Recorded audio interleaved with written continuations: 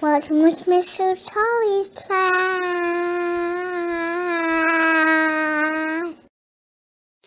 Hello and welcome back to Mr. Macaulay's class.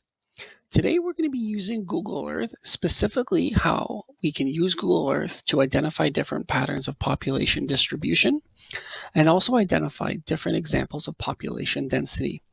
This is part of a lesson for our grade 8 class in geography, and I'm going to be providing you the links for everything you need to complete as well.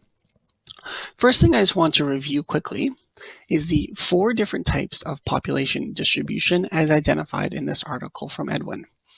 The first one we're going to be looking at is the clustered pattern. They identify clustered as a tightly packed together population in a small area. Next, we're going to be looking at scattered. Scattered is a population that's spread out over a larger area such as this, with people not really too close together. The third one is the linear population distribution.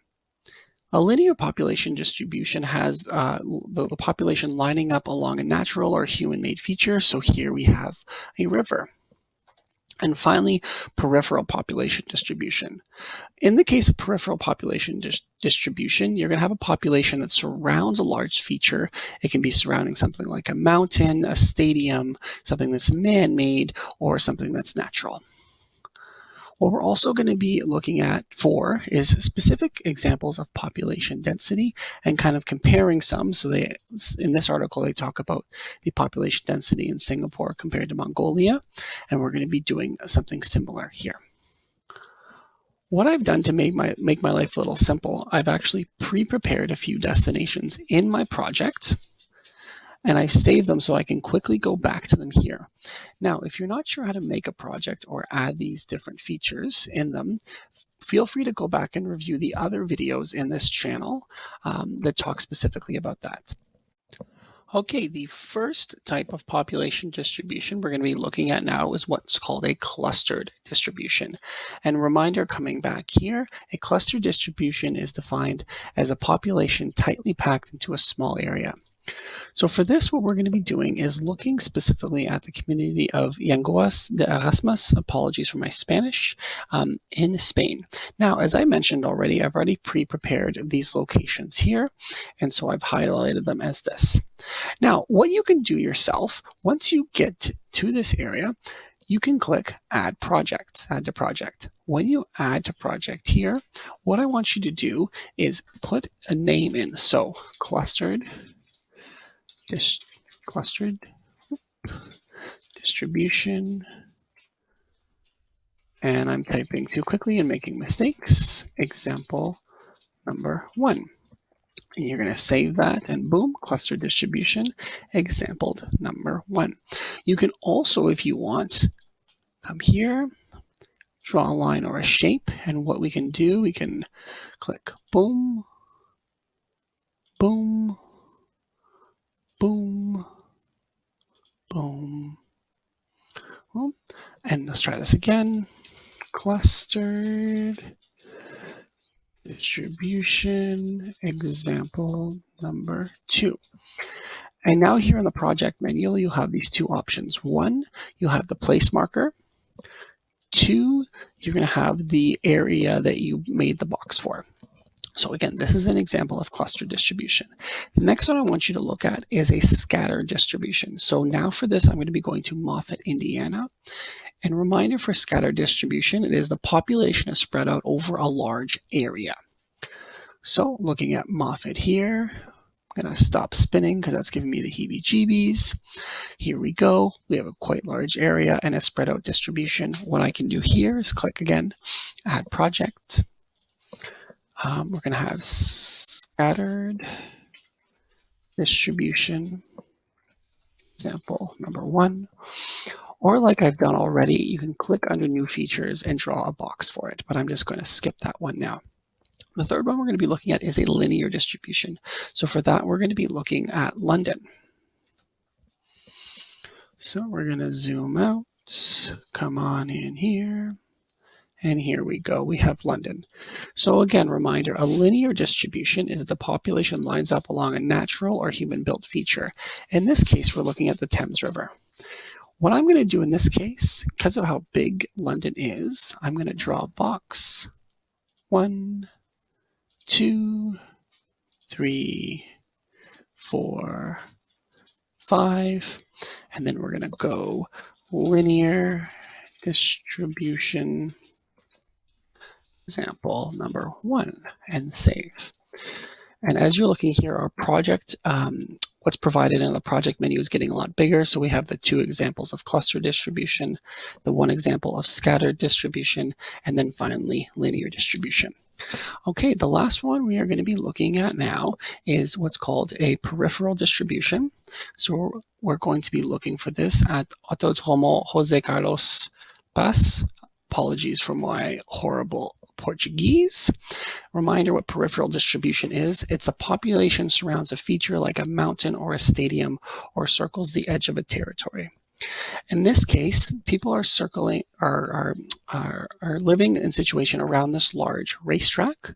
So for this one, my recommendation, go to 2D, have a look here. So you have the racetrack, that's the central feature, people living around it. I'm going to go new feature. I'm going to draw a shape.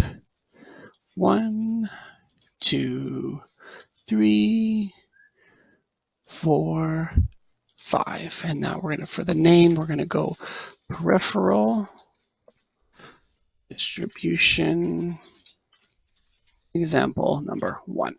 Okay, so now you have here all the different distributions you've put in. For the next part of the video, we're going to be looking at how you can demonstrate population density. Okay, for this second part, we're going to be looking at how to use Google Earth specifically to identify different examples of population density. So reminder, and quoting the Edwin article, population density is defined as the number of people in a given area. They give 2 examples in the article. They compared Singapore, which has a population density of 7,614 people per square kilometer, to Mongolia that only has a population density of 1.9 people per square kilometer. We're not going to get too much into the math, but the basic premise is the larger this number here, so the larger the population density, the more people are crowded in. The smaller the number, the more they are scattered. We're going to be doing 2 examples. The first example is we're going to be looking at Singapore as they cited in the article. What I've done already is I've pre-prepared Singapore here so I can jump into it really, really quick. So let's go to Singapore.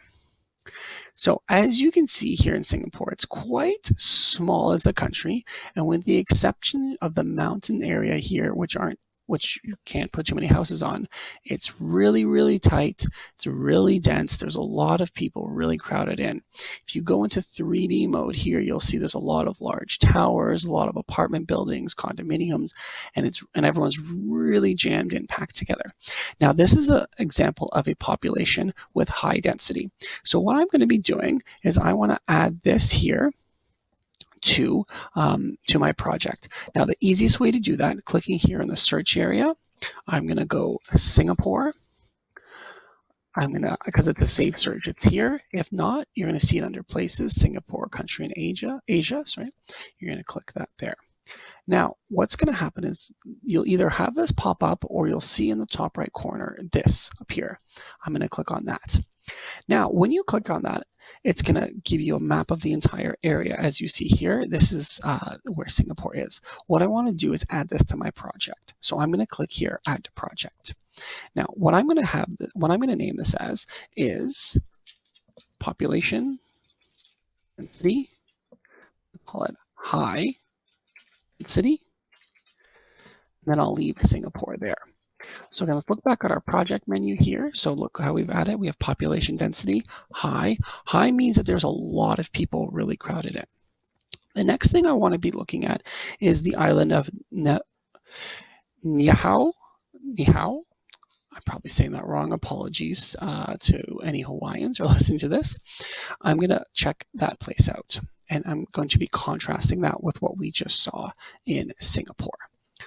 So here's a small Hawaiian island in the archipelago.